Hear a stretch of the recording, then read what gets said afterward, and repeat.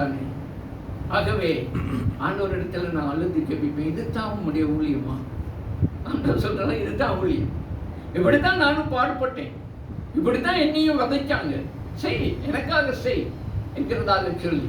காலையில் எழும்பின உடனே எல்லாரும் வந்து சொல்லுவாங்க, பிரேக்ஃபாஸ்ட் நல்லா தோசை கடை ஒன்று இருக்கு, பவுனியாவில் தோசை கடை இருக்கு, வா சாப்பிட்டு வருவோம், வா வா. என் கையில் ஒரு சத்தம் இல்லை, எல்லாத்தையும் அனுப்பிட்டேன் வீட்டுக்கு. நான் சொன்னேன், எனக்கு வயிறு ஒரு மாதிரி இருக்கு, ஒரு கேஸ்ட்ரிக் மாதிரி இருக்கு, நேற்று நைட்டில் இருந்து நீங்கள் போயிட்டு சாப்பிடுவாங்க. ஆமாம், நீங்கள் எல்லாம் பெரிய பெரிய ஹோட்டலில் வேலை செஞ்சவங்க தானே, இந்த தோசை கடையிலெல்லாம் சாப்பிட மாட்டீங்க அப்படின்னு என்னை கேலி பண்ணிட்டு போவாங்க நடந்து.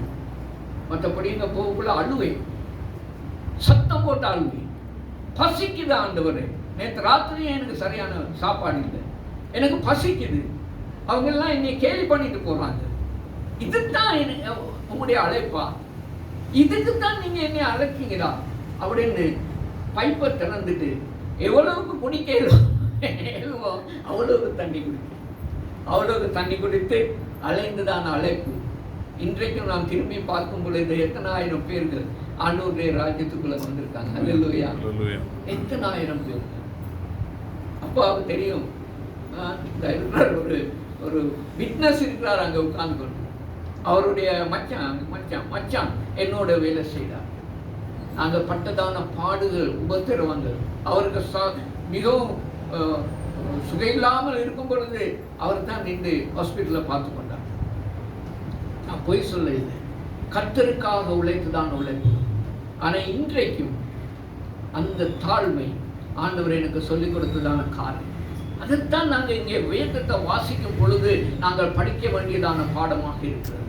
நாங்கள் பலப்பட்டு வரலாம், ஆத்துமாக்களை சேர்க்கலாம், நன்றாக ஊழியம் செய்யலாம், எங்களுடைய வீடுகளில் நல்ல ஆசீர்வாதம் வரலாம், தேவனோடு கூட இருக்கலாம், தேவன் எங்களோடு கூட இருக்கிறார், ஆக்கினைகளை அகற்றி எங்களுடைய சத்துருக்களை அகற்றி எங்களுக்கு நன்மை செய்யலாம். அவர் எங்களோடு கூட இருந்தால் நான் அவரோட இருக்கிறேனா என்கிறது தான் இன்றைக்கு தேவன் கேட்கிறதான கேள்வி. எத்தனை காரியங்களை 16 வருஷம் இருந்து இந்த வாலிப பிள்ளைக்கு நான் செய்தேன். எவ்வளவு பெரிசாக பலப்பட்டு வந்து அவன் ராஜ்யங்களை கட்டி, கோபுரங்களை கட்டி எருசலேமிலே தன்னுடைய கீர்த்தியை நிலைநாட்டினான். ஆனாலும் அவனை பலப்படுத்தி உயர்த்தின பொழுதோ அவன் தனக்கு கேடு உண்டாகும்படி அதை மார்க் பண்ணி வச்சிருக்கேன். இதை சுற்றி வர மார்க் பண்ணி வச்சிருக்கேன். கேடு உண்டாகும்படி யாராவது மனம் வந்து மேட்டிமையாக நாங்கள் மாறிவிட்டால் கேடு வந்து கொண்டிருக்கிறது என்கிறது தான் அர்த்தம். விழப்போகிறோம் என்கிறது தான். அகந்தை வந்து விட்டால் அதுக்கு பிறகு அழிவு தான். அப்படித்தான் வேதத்தில் நாங்கள் வாசிக்கிறோம். அருமையான தேவனுடைய பிள்ளை, நாங்கள் மிகவும் கவனமாக இருக்க வேண்டியது அவசியம். ஆசீர்வாதங்களை கேட்டு நாங்கள் ஜெபிக்கிறோம் அல்லவா? ஆசீர்வாதங்களை கொடுக்கிற தேவன் அவர் ஆசீர்வதித்துக் கொண்டே இருக்கிறார், ஆசீர்வதித்துக் கொண்டே இருக்கிறார். சுகையினங்கள் நேரத்தில் விட முடியாத கெட்ட பழக்கங்கள் ஆண்டவர் என்னை விட்டு அகற்றும் என்று சொல்லுகிற நேரத்தில் ஆண்டவர் அவைகள் எல்லாத்தையும் தொட்டு எங்களுடைய ஜெபங்களுக்கு பதில் அளிக்கிற தேவனாக இருக்கு. அவர் இறந்து போன செத்து போன தேவன் அல்ல. அவரை உண்மையாக தேடுகிற ஒவ்வொருவருக்கும் தேவன் சமீபமாக இருக்கிறார். அவரை நோக்கி கூப்பிடுகிறார். நீதிமான்களுக்கு அநேக உபத்திரவங்கள் வரும், அவைகள் எல்லாவற்றினின்றும் அவரை தூக்கி எடுப்பார். 34வது சங்கீதத்தில் நாங்கள் வாசிக்கிறோம். எல்லாவற்றையும் தேவன் செய்கிறதுக்கு எங்களுக்கு மிகவும் அன்புள்ள தேவனாக இருக்கிறார். ஆனாலும் என்னுடைய நிலைமை எப்படி இருக்கிறது? நான் அந்த சகோதரனை பற்றி நான் அதைத்தான் சொல்றேன். மனமேட்டுமை எனக்கு என்னத்துக்கு தேவன்? எனக்குத்தான் லட்சமாக கோடி கோடியாக இருக்கிறது. இன்றைக்கு புதிதாக வருகிற என்ன ஜீப் இருக்கோ, என்ன வாகனம் இருக்கோ, அரசாங்கத்துல அமைச்சர்களுக்கு முன்பதாக அவருக்கு இருக்கிறது. அப்படித்தான். ஆனால் குடும்பத்தில் சமாதானம் இல்லை. மனைவி ஒரு ரூம்ல அடைப்பட்டு கிடக்கிறான். மகள் டிவோர்ஸ் ஆகி அப்படி கிடக்கிறான். மகன் எல்லா பொம்பளை பிள்ளைகள் எல்லாத்தையும் தூக்கி கொண்டு வெள்ளக்காரி அவ போயிட்டான். அவன் தனியாக கிடந்து பாடுபடுகிறான். இவரோ மன மேட்டுமையோடு அந்த காசு எடுத்துக்கொண்டு என்ன ஊழியம் ஒன்றுமே இல்லை. எல்லாம் பயங்கரமான ஒரு மனுஷன் அவருக்கு காசு கொண்டாந்து கொடுக்கிறான். பயங்கரமான கேடுண்டாக்கும் மேட்டிமை. பார்த்தீங்களா? ஆகவே தன் தேவனாகிய கர்த்தருக்கு விரோதமாக மீறுதல் செய்கிறதுக்கு அவன் ஆரம்பித்து விட்டான்.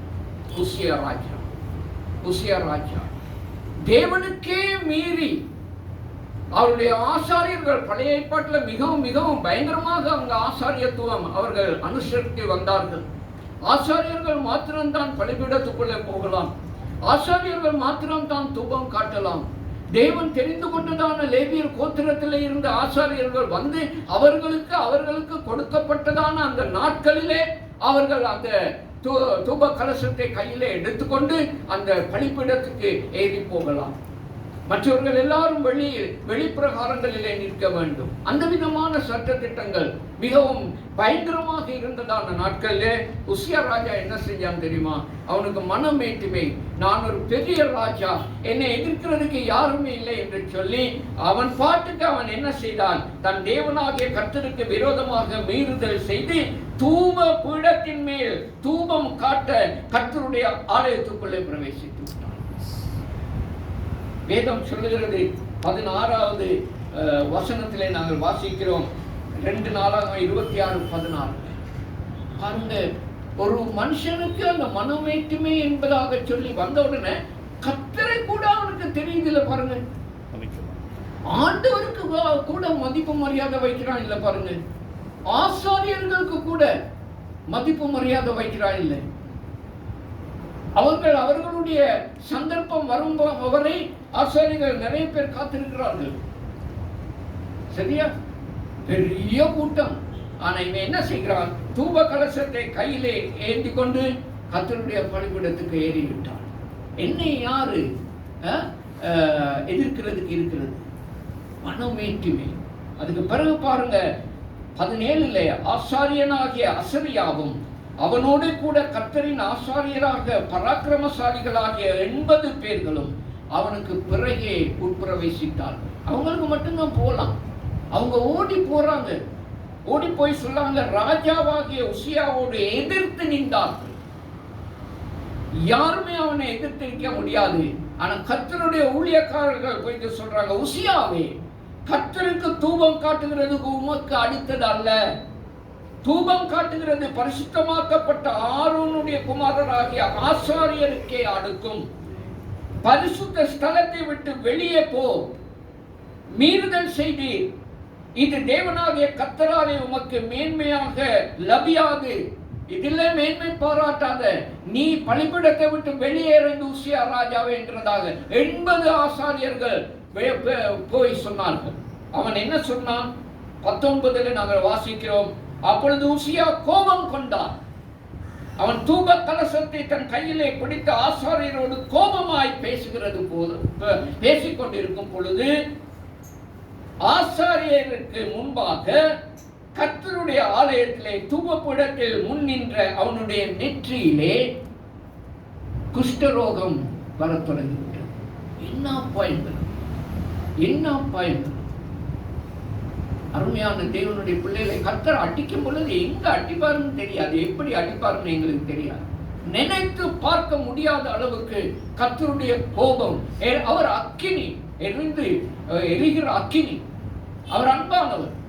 ஆனால் அவருக்கு விரோதமாக நாங்கள் காரியங்களை செய்ய மனமேற்றுமையாகி தேவனுக்கே விரோதமாக நாங்கள் எழும்பும் பொழுது அது எந்த வகையிலே தேவனுடைய கோபம் வெளிப்படும் என்கிறது எங்களுக்கு தெரியாது.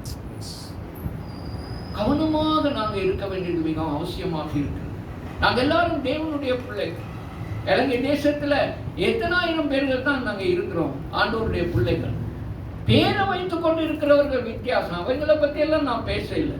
இன்றைக்கு கிறிஸ்தவர்கள் என்கிறதான பெயர்களை வைத்துக் கொண்டு அட்டகாசம் செய்கிறதான, அநியாயம் செய்கிறதான, ஆண்டவருக்கு விரோதமாக பேசி திரிகிறதான, செயல்பட்டு எத்தனையோ லட்சக்கணக்கான கிறிஸ்தவர்கள் என்று சொல்லிக் கொள்ளுகிறவர்கள் இருக்கிறார்.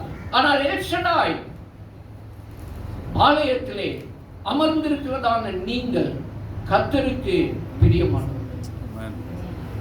எவ்வளவு அந்த அப்பா சொன்னார் இல்லையா, எழுப்பி ஐசக் அப்பா சொன்னார் இல்லையா, என்ன கஷ்டப்பட்டு இந்த ஊழியக்காரர் இந்த ஊழியத்தை செய்யறார் தெரியுமா? நான் அவரோட கூட இருக்கிறபடினாலே எனக்கு தெரியும். அந்த சகோதரனும் அந்த சகோதரி அந்த பிள்ளைகள் கூட இன்றைக்கு என்ன விதமான பாடுகள் மூலமாக அவங்க போறாங்க தெரியுமா? என்னுடைய மனைவி சில நேரத்தில் ஜெபம் பண்ணி கொண்டு நாங்கள் இருக்கும் பொழுது அழுந்துருவாங்க. இத்தனை பாடுகள் மத்தியில